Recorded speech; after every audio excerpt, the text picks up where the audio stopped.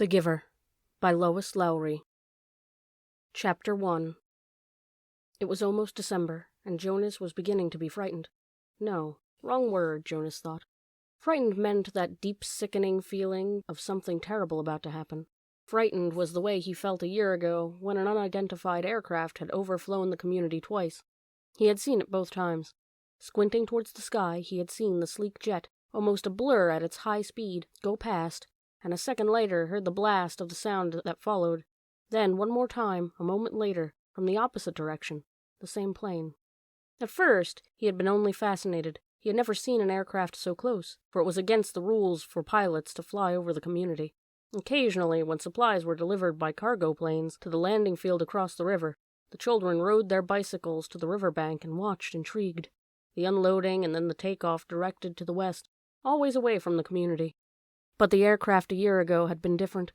It was not a squat, fat-bellied cargo plane, but a needle-nosed, single-pilot jet. Jonas, looking around anxiously, had seen others, adults as well as children, stop what they were doing and wait, confused, for an explanation of the frightening event. Then all of the citizens had been ordered to go into the nearest building and stay there. "Immediately," the rasping voice through the speakers had said. "Leave your bicycles where they are." Instantly, obediently, Jonas had dropped his bike on its side on the path behind his family's dwelling. They had run indoors and stayed there, alone. His parents were both at work, and his little sister, Lily, was at the child care center, where she spent her after-school hours. Looking through the front window, he had seen no people, none of the busy afternoon crew of street cleaners, landscape workers, and food delivery people who usually populated the community at that time of day. He only saw the abandoned bikes here and there on their sides. An upturned wheel on one was still revolving slowly.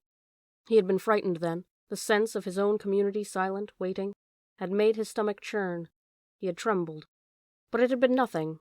Within minutes the speakers had crackled again, and the voice, reassuring and now less urgent, had explained that a pilot in training had misread his navigational instructions and made a wrong turn. Desperately, the pilot had been trying to make his way back before his error was noticed. "Needless to say, he will be released," the voice had said, followed by silence. There was an ironic tone to that final message, as if the speaker found it amusing. And Jonas had smiled a little, though he knew what a grim statement it had been. For a contributing citizen to be released from the community was a final decision, a terrible punishment, an overwhelming statement of failure. Even the children were scolded if they used the term lightly at play, jeering at a teammate who missed a catch or stumbled in a race. Jonas had done it once, had shouted at his best friend, "That's it, Asher, you're released!" When Asher's clumsy error had lost a match for his team, he had been taken aside for a brief, serious talk by the coach, had hung his head with guilt and embarrassment, and apologized to Asher after the game. Now, thinking about the feeling of fear as he pedaled home alone along the river path, he remembered that moment of palpable, stomach-sinking terror when the aircraft had streaked above. It was not what he was now feeling with December approaching. He searched for the right word to describe his own feeling. Jonas was careful about language, not like his friend Asher, who talked too fast and mixed things up, scrambling words and phrases until they were barely recognizable, and often very funny. Jonas grinned, remembering the morning that Asher had dashed into the classroom, late as usual, arriving breathlessly in the middle of the chanting of the morning anthem. When the class took their seats at the conclusion of the patriotic hymn, Asher remained standing to make his public apology as required. "I apologize for inconveniencing my learning community." Asher ran through the standard apology phrase rapidly, still catching his breath. The instructor in class waited patiently for his explanation. The students had all been grinning, because they had listened to Asher's explanations so many times before. "I left home at the correct time, but when I was riding along near the hatchery, the crew was separating some salmon. I guess I just got distraught, watching them. I apologize to my classmates," Asher concluded. He smoothed his rumpled tunic and sat down. "We accept your apology, Asher." The class recited the standard response in unison. Many of the students were biting their lips to keep from laughing. "I accept your apology, Asher," the instructor said. He was smiling. "And I thank you, because once again you have provided an opportunity for a lesson in language. Distraught is too strong an adjective to describe salmon viewing." He turned and wrote distraught on the instructional board. Beside it he wrote distracted. Jonas, nearing his home now, smiled at the recollection, thinking still, as he wheeled his bike into its narrow port beside the door. He realized that frightened was the wrong word to describe his feelings, now that December was almost here. It was too strong an adjective. He had waited a long time for this special December. Now that it was almost upon him, he wasn't frightened, but he was eager, he decided. He was eager for it to come, and he was excited, certainly. All of the 11s were excited about the event that would be coming so soon, but there was a little shudder of nervousness when he thought about it, and what might happen. Apprehensive, Jonas decided. That's what I am. "Who wants to be the first tonight for feelings?" Jonas's father asked at the conclusion of their evening meal. It was one of the rituals, the evening telling of feelings. Sometimes Jonas and his sister Lily argued over turns, over who would get to go first. Their parents, of course, were part of the ritual. They, too, told their feelings each evening. But like all parents, all adults, they didn't fight and wheedle for their turn. Nor did Jonas tonight. His feelings were too complicated this evening. He wanted to share them, but he wasn't eager to begin the process of sifting through his own complicated emotions, even with the help that he knew his parents could give. "You go, Lily," he said, seeing his sister, who was much younger, only a 7, wiggling with impatience in her chair. "I felt very angry this afternoon," Lily announced. "My child care group was at the play area, and we had a visiting group of 7s, and they didn't obey the rules at all. One of them, a male, I don't know his name, kept going right to the front of the line for the slide, even though the rest of us were all waiting. I felt so angry at him, I made my hand into a fist, like this." She held up a clenched fist, and the rest of the family smiled at her small, defiant gesture. "Why do you think the visitors don't obey the rules?" Mother asked. Lily considered and shook her head. "I don't know. They acted like... "Animals?" Jonas suggested. He laughed. "That's right," Lily said, laughing too. "Like animals." Neither child knew what that word meant, exactly, but it was often used to describe someone uneducated or clumsy, someone who didn't fit in. "Where were the visitors from?" Father asked. Lily frowned, trying to remember. "Our leader told us, when he made the welcome speech. But I can't remember. I guess I wasn't paying attention. It was from another community. They had to leave very early, and they had their midday meal on the bus." Mother nodded. "Do you think it's possible that their rules may be different, and so they simply didn't know what your play area rules were?" Lily shrugged and nodded. "I suppose." "You've visited other communities, haven't you?" Jonas asked. "My group has, often." Lily nodded again. "When we were 6s, we went and shared a whole school day with a group of 6s in their community." "How did you feel when you were there?" Lily frowned. "I felt strange, because their methods were different. They were learning usages that my group hadn't learned yet, so we felt stupid." Father was listening with interest. "I'm thinking, Lily," he said, "about the boy who didn't obey the rules today. Do you think it's possible that he felt strange and stupid, being in a new place with rules that he didn't know about?" Lily pondered that. "Yes," she said, finally. "I feel a little sorry for him," Jonas said, "even though I don't know him. I feel sorry for anyone who is in a place where he feels strange and stupid." "How do you feel now, Lily?" Father asked. "Still angry?" "I guess not," Lily decided. "I guess I feel a little sorry for him, and sorry I made a fist," she grinned. Jonas smiled back at his sister. Lily's feelings were always straightforward, fairly simple, usually easy to resolve. He guessed that his own had been, too, when he was a 7. He listened politely, though not very attentively, while his father took his turn, describing a feeling of worry that he'd had that day at work, concern of one of the new children who wasn't doing well. Jonas's father's title was nurturer. He and the other nurturers were responsible for all the physical and emotional needs of every new child during its earliest life. It was a very important job, Jonas knew, but it wasn't one that interested him much. "What gender is it?" Lily asked. "Male," Father said. "He's a sweet little male with a lovely disposition. But he isn't growing as fast as he should, and he doesn't sleep soundly. We have him in the extra care section for supplementary nurturing, but the committee is beginning to talk about releasing him." "Oh, no," Mother murmured sympathetically. "I know how sad that must make you feel." Jonas and Lily both nodded sympathetically as well. Release of new children was always sad, because they hadn't had the chance to enjoy life within the community yet, and they hadn't done anything wrong. There was only 2 occasions of release which were not punishment.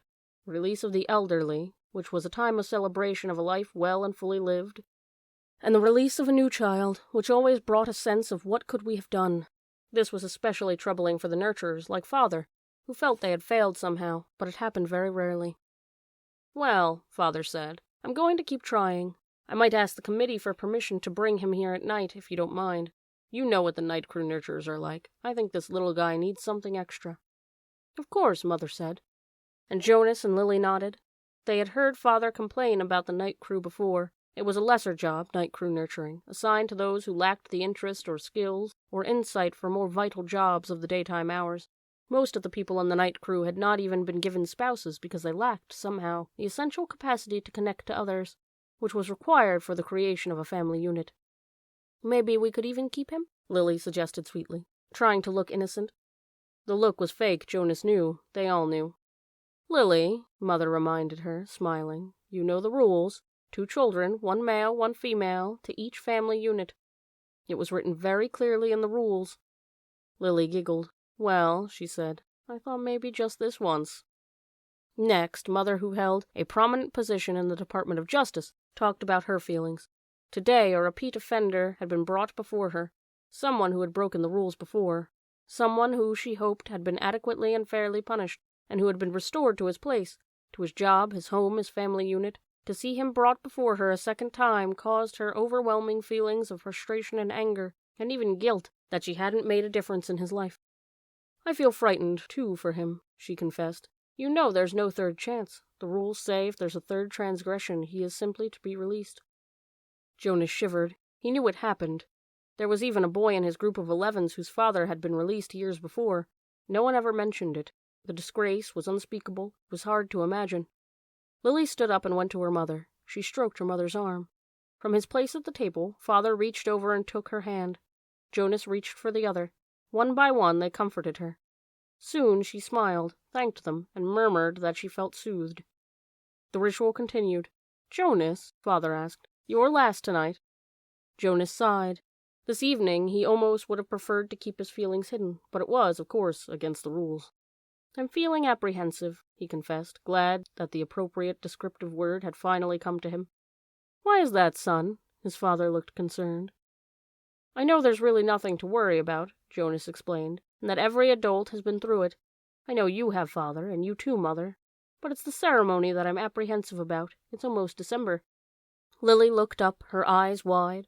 "The ceremony of 12, she whispered in an awed voice.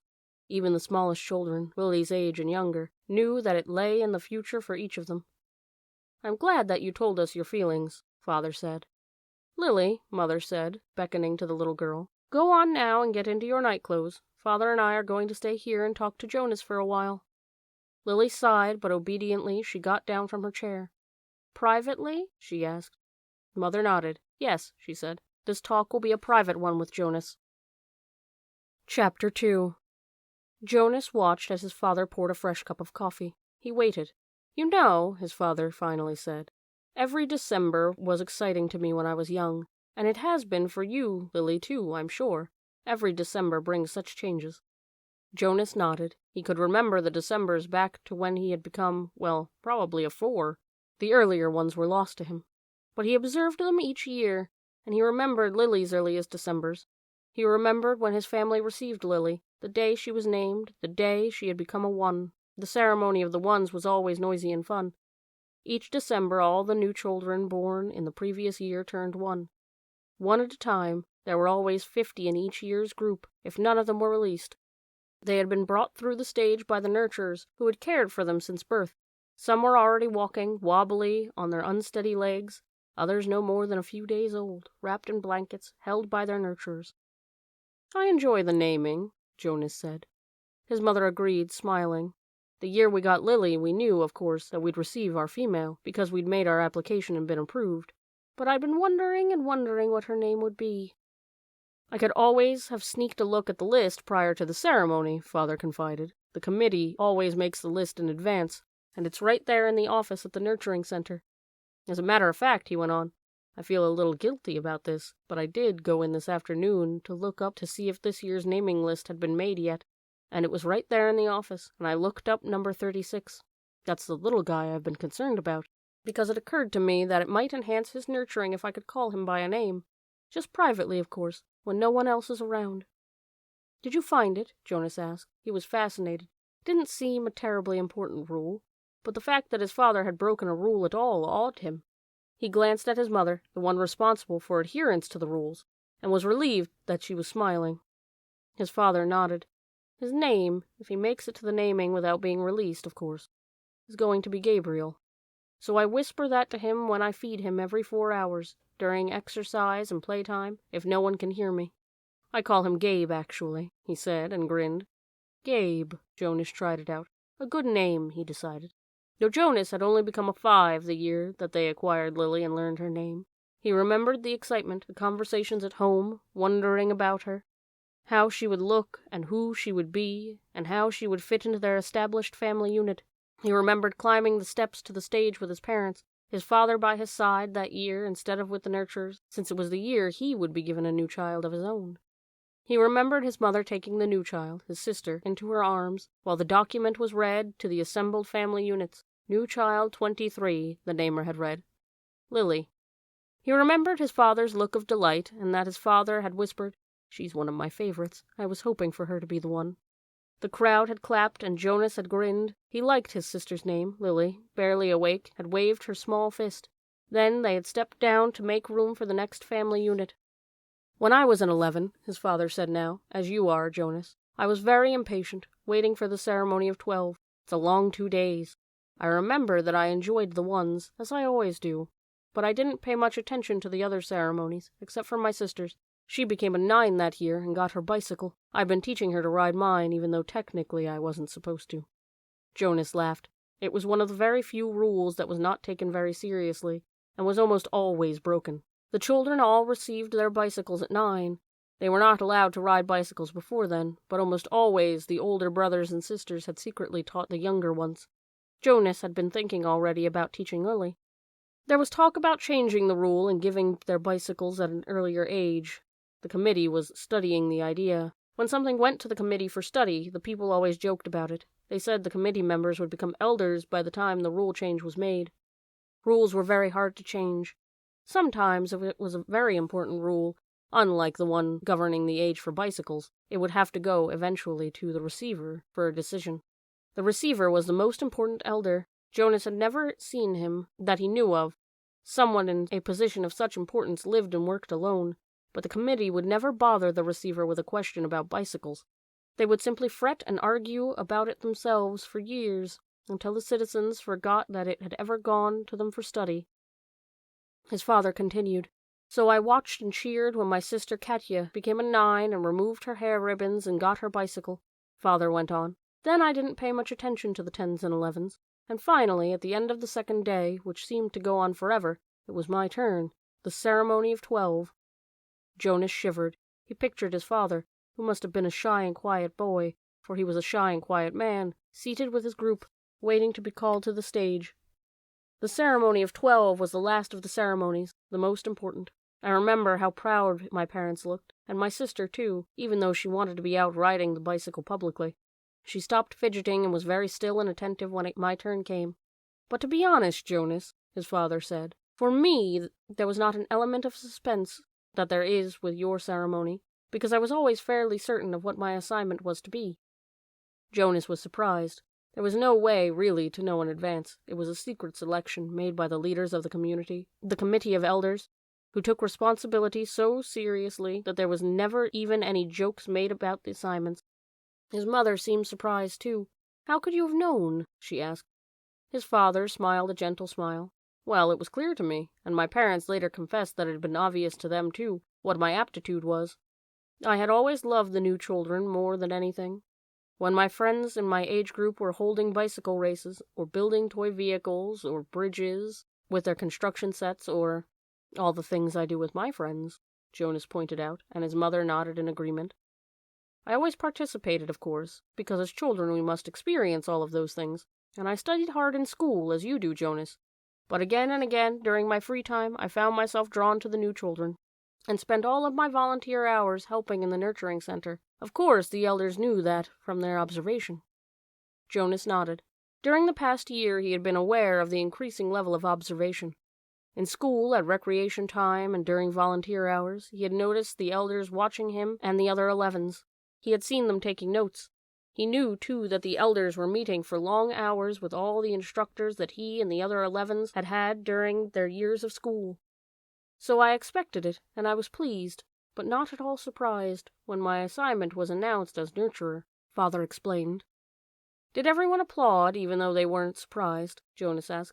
Oh, of course, they were happy for me, that my assignment was what I most wanted. I felt very fortunate, his father smiled. Were there any 11s disappointed your year? Jonas asked. Unlike his father, he had no idea what his assignment would be, but he knew that some would disappoint him. Though he respected his father's work, nurturer would not be his wish. He did not envy laborers at all. His father thought, No, I don't think so. Of course, the elders are so careful in their observations and selections. I think it's probably the most important job in our community, his mother commented. My friend Yoshiko was surprised by her selection as doctor, Father said, but she was thrilled.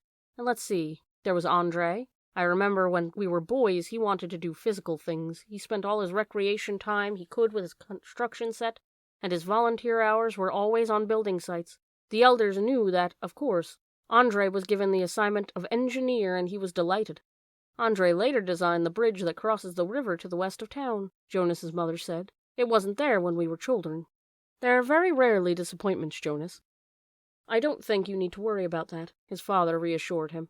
And if there are, you know there's an appeal process. But they all laughed at that. An appeal went to the committee for study. I worry a little about Asher's assignment, Jonas confessed.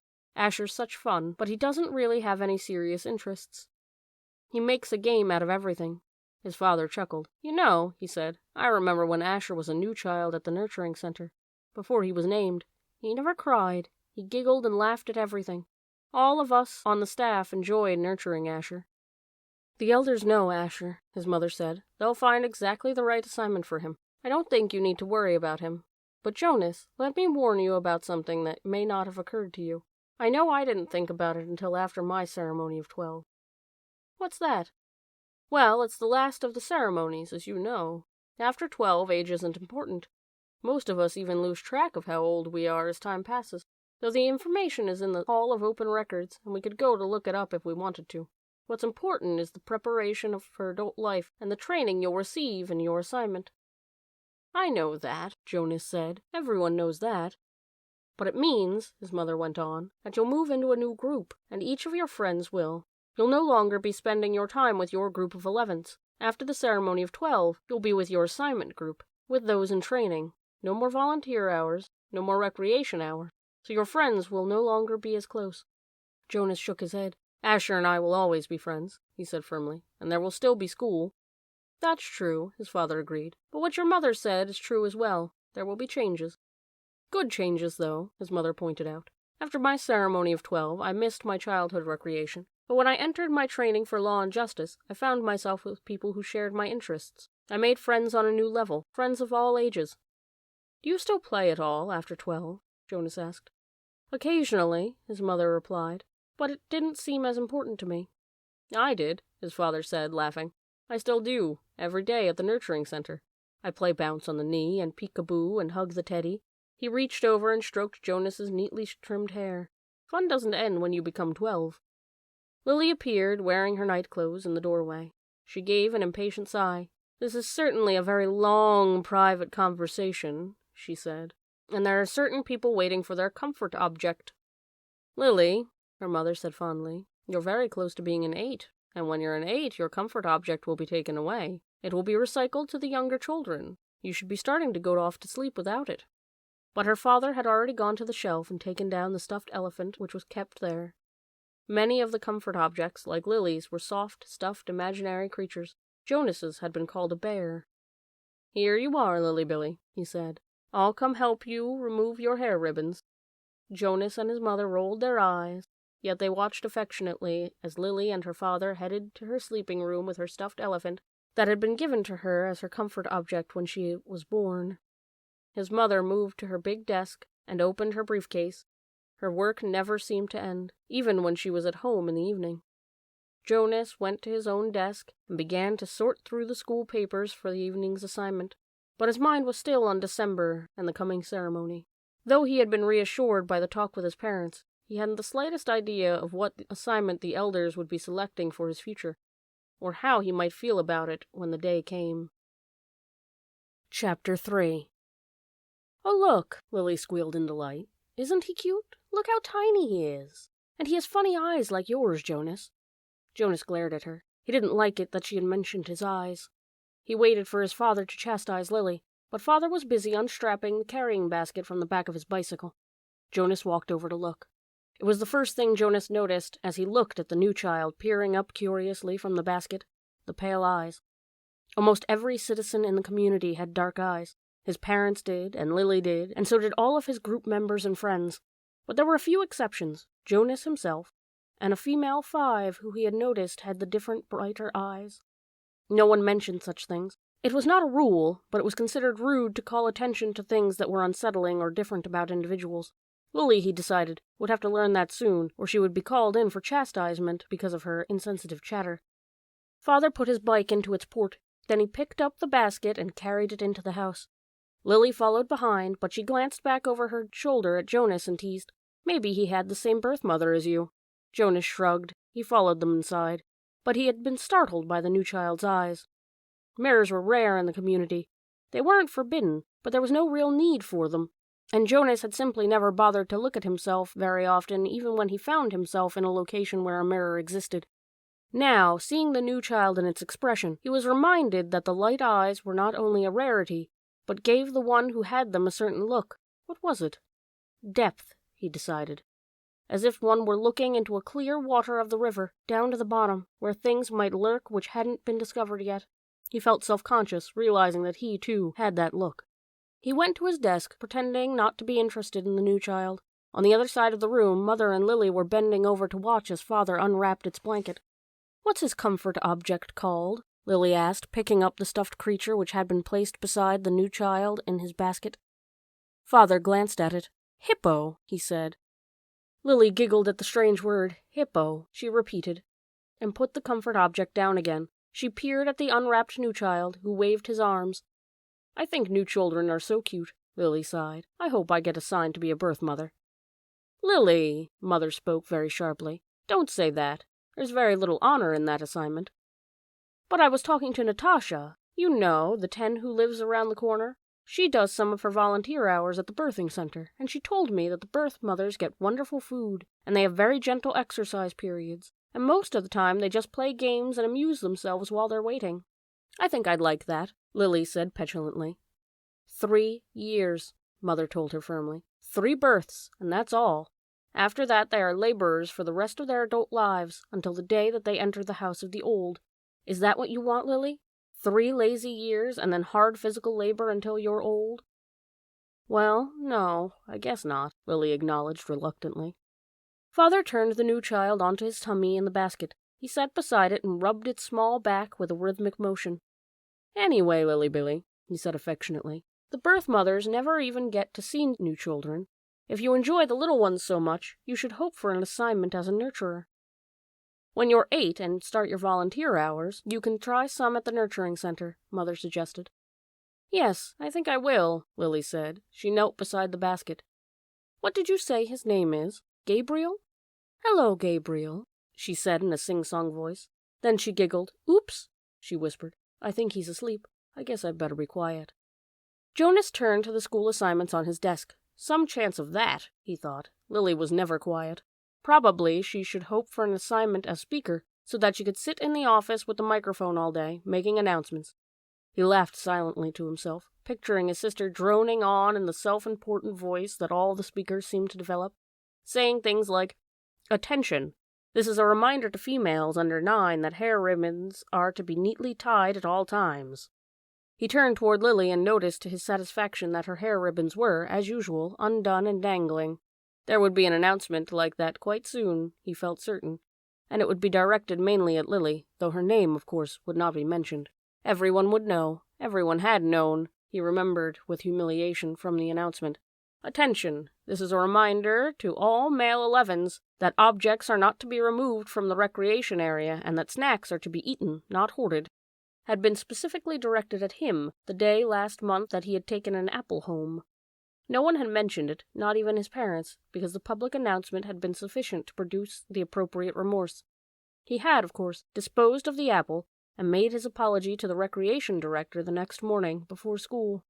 Jonas thought again about that incident. He was still bewildered by it. Not by the announcement or the necessary apology, those were standard procedures, and he had deserved them, but by the incident itself. He probably should have brought up his feeling of bewilderment that very evening when the family unit had shared their feelings of the day. But he had not been able to sort out and put words to the source of his confusion, so he had let it pass. It happened during the recreation period when he had been playing with Asher. Jonas had casually picked up an apple from the basket where the snacks were kept, and had thrown it to his friend. Asher had thrown it back, and they had begun a simple game of catch. There had been nothing special about it. It was an activity that he had performed countless times. Throw, catch, throw, catch. It was effortless for Jonas, and even boring, though Asher enjoyed it. And playing catch was a required activity for Asher because it would improve his hand-eye coordination, which was not up to standards. But suddenly Jonas had noticed, following the path of the apple through the air with his eyes, that the piece of fruit had... Well, this was the part that he couldn't adequately understand. The apple had changed, just for an instant. It had changed in mid-air, he remembered. Then it was in his hand, and he looked at it carefully, but it was the same apple, unchanged. The same size and shape, perfect sphere, the same nondescript shade, about the same shade as his own tunic. There was absolutely nothing remarkable about that apple. He had tossed it back and forth between his hands a few times, then thrown it again to Asher, and again in the air, for only an instant. It had changed.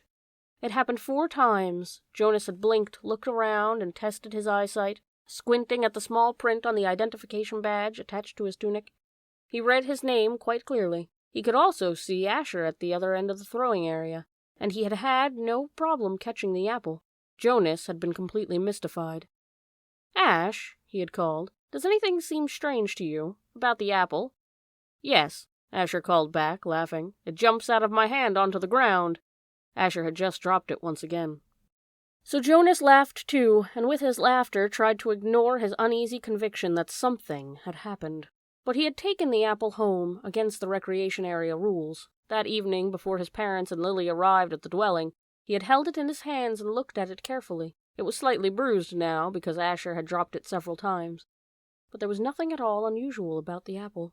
He had held a magnifying glass to it. He had tossed it around several times across the room, watching, and then it rolled around and around on his desktop, waiting for the thing to happen again. But it hadn't. The only thing that happened was the announcement later that evening over the speaker, the announcement that had singled him out without using his name, that had caused both of his parents to glance meaningfully at his desk, where the apple still lay. Now, sitting at his desk, staring at his schoolwork as his family hovered over the new child in its basket, he shook his head, trying to forget the odd incident. He forced himself to arrange his papers and to try to study a little before the evening meal. The new child, Gabriel, stirred and whimpered, and Father spoke softly to Lily, explaining the feeding procedure as he opened the container that held the formula and equipment. The evening proceeded as all evenings did in the family unit, in the dwelling, in the community. Quiet, reflective, a time for renewal and preparation for the day to come. It was different only in the addition to it of the new child with his pale, solemn, knowing eye. Chapter 4. Jonas rode at a leisurely pace, glancing at the bike ports beside the building to see if he could spot Asher's. He didn't often do his volunteer hours with his friend, because Asher frequently fooled around and made serious work a little difficult. But now, with 12 coming so soon and the volunteer hours ending, it didn't seem to matter. The freedom to choose where to spend those hours had always seemed a wonderful luxury to Jonas. Other hours of the day were so carefully regulated. He remembered when he had become an 8, as Lily would do shortly, and had been faced with the freedom of choice. The 8s always set out on their first volunteer hours a little nervously, giggling and staying in groups of friends. They almost invariably did their hours at recreation duty first, helping with the younger ones in a place where they still felt comfortable. But with guidance, as they developed self-confidence and maturity, they moved on to other jobs, gravitating towards those that would suit their own interests and skills.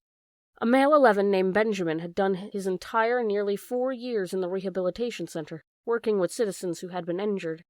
It was rumored that he was now as skilled as rehabilitation directors themselves, and that he had even developed some machines and methods to hasten rehabilitation. There was no doubt that Benjamin would receive his assignment to that field and would probably be permitted to bypass most of the training. Jonas was impressed by the things Benjamin had achieved. He knew him, of course, since they had always been group mates, but they had never talked about the boy's accomplishments because such a conversation would have been awkward for Benjamin. There was never any comfortable way to mention or discuss one's successes without breaking the rule against bragging, even if one didn't mean to. It was a minor rule, rather like rudeness, punishable only by gentle chastisement, but still, better to steer clear of an occasion governed by a rule which would be so easy to break. The area of dwellings behind him, Jonas rode past the community structures, hoping to spot Asher's bicycle parked beside one of the small factories or office buildings. He passed the child care center where Lily stayed after school, and the play areas surrounding it. He rode through the central plaza and the large auditorium where the public meetings were held. Jonas slowed and looked at the name tags on the bicycles lined up outside the nurturing center. Then he checked outside the food distribution. It was always fun to help with the deliveries, and he hoped he would find his friend there so that they could go together on the daily rounds, carrying the cartons of supplies into the dwellings of the community. But he finally found Asher's bicycle, leaning, as usual, instead of upright in its port, as it should have been, at the house of the old. There was only one other child's bicycle there, a female 11 named Fiona. Jonas liked Fiona. She was a good student, quiet and polite, but she had a sense of fun as well, and it didn't seem to surprise him that she was working with Asher today. He parked his bicycle neatly in the port beside theirs and entered the building. "Hello, Jonas," the attendant at the front desk said. She handed him the sign-up sheet and stamped her own official seal beside his signature. All of his volunteer hours would be carefully tabulated at the Hall of Open Records. Once, long ago, it was whispered among the children, and 11 had arrived at the ceremony of 12 only to hear a public announcement that he had not completed the required number of volunteer hours and would not, therefore, be given his assignment. He had been permitted an additional month in which to complete the hours, and then his assignment privately, with no applause, no celebration, a disgrace that had clouded his entire future. "It's good to have some volunteer hours here today," the attendant told him. "We celebrated a release this morning, and that always throws the schedule off a little, so things get backed up." She looked at the printed sheet. "Let's see. Asher and Fiona are helping in the bathing room. Why don't you join them there? You know where it is, don't you?" Jonas nodded, thanked her, and walked down the long hallway. He glanced into the other rooms on either side. The old were sitting quietly, some visiting and talking with one another, others doing handwork and simple crafts. A few were asleep. Each room was comfortably furnished. The floors were covered with thick carpeting. It was a serene and slow-paced place, unlike the busy centers of manufacture and distribution, where the daily work of the community occurred. Jonas was glad that he, over the years, had chosen to do his hours in a variety of places so that he could experience the differences. He realized, though, that not focusing on one area meant he was left with not the slightest idea, not even a guess, of what his assignment would be. He laughed softly. "Thinking about the ceremony again, Jonas?" he teased himself. But he suspected that with the date so near, probably all of his friends were, too. He passed a caretaker walking slowly with one of the old in the hall. "Hello, Jonas," the young uniformed man said, smiling pleasantly. The woman beside him, whose arm he held, was hunched over as she shuffled along in her soft slippers. She looked toward Jonas and smiled, but her dark eyes were clouded and blank. He realized she was blind.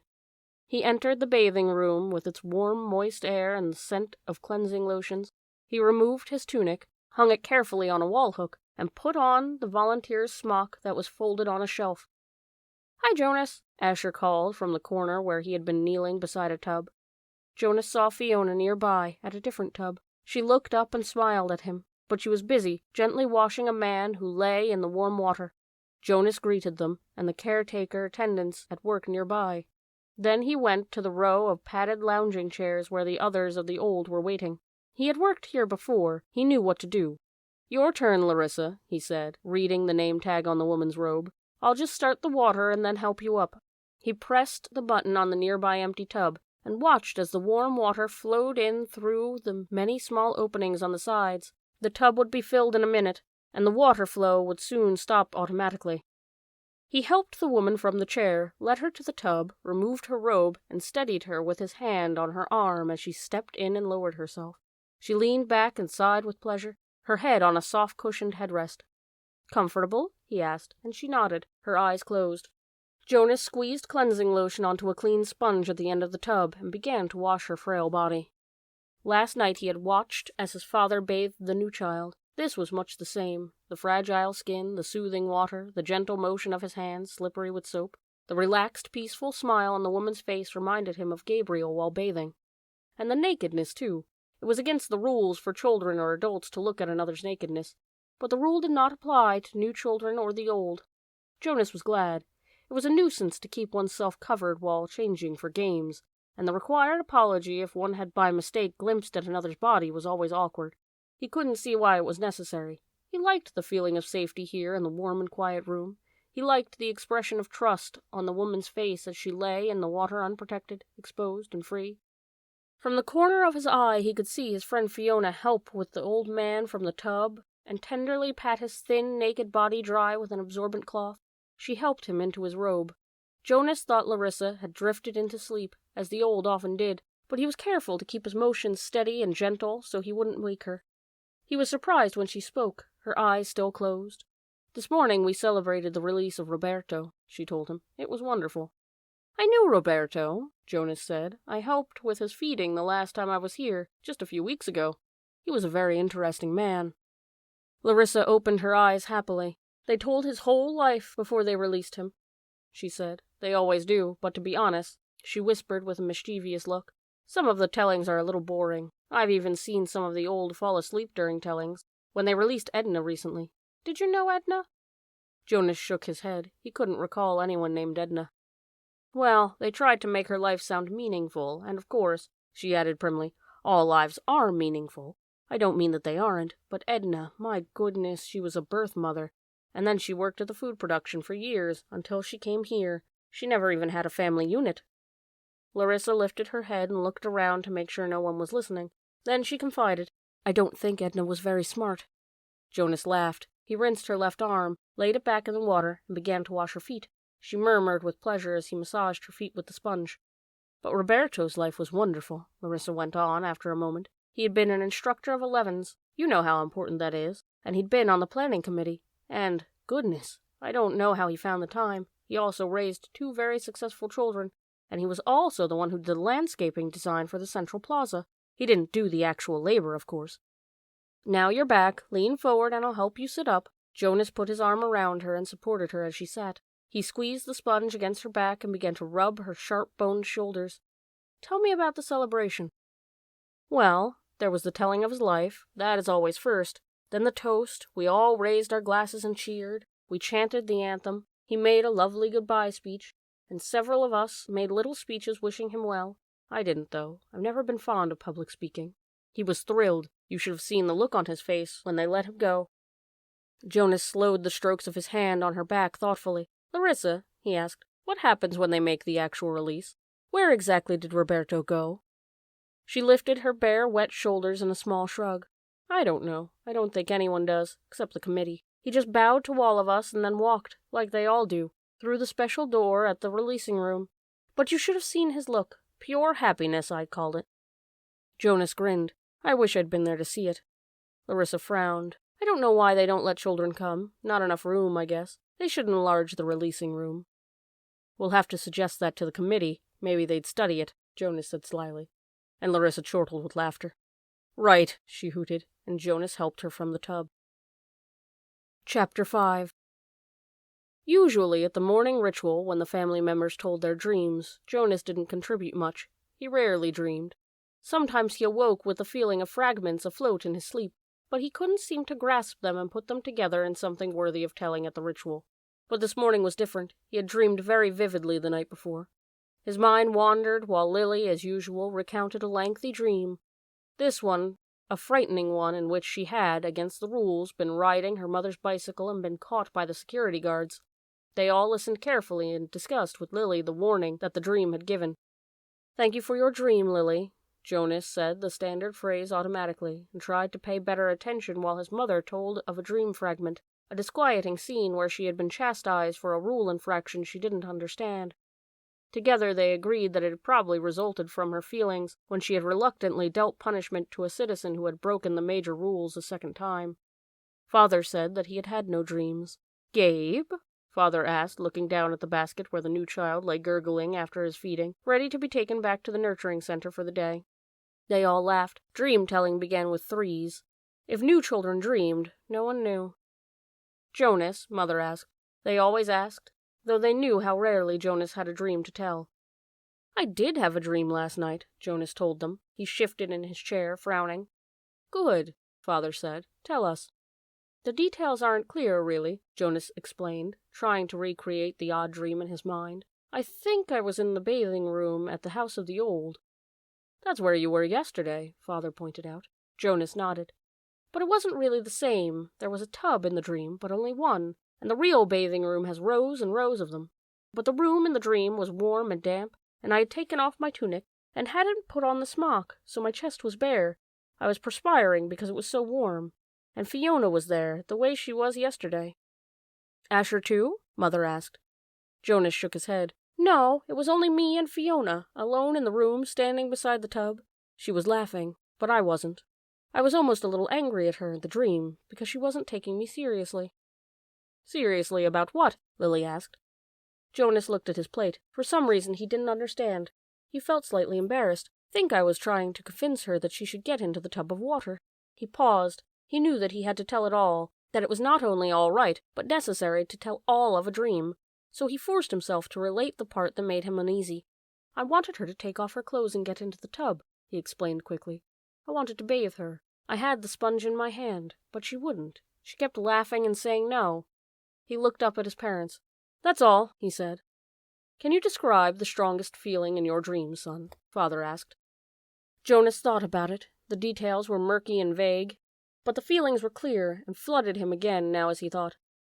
The wanting, he said. I knew that she wouldn't, and I think I knew that she shouldn't, but I wanted it so terribly. I could feel the wanting all through me. Thank you for your dream, Jonas, Mother said after a moment. She glanced at Father. Lily, Father said, it's time to leave for school. Would you walk beside me this morning and keep an eye on the new child's basket? We want to be certain he doesn't wiggle himself loose. Jonas began to rise to collect his school books. He thought it surprising that they hadn't talked about his dream at length before the thank you. Perhaps they found it as confusing as he had. Wait, Jonas, Mother said gently. I'll write an apology to your instructor so that you won't have to speak for being late. He sank down into his chair, puzzled.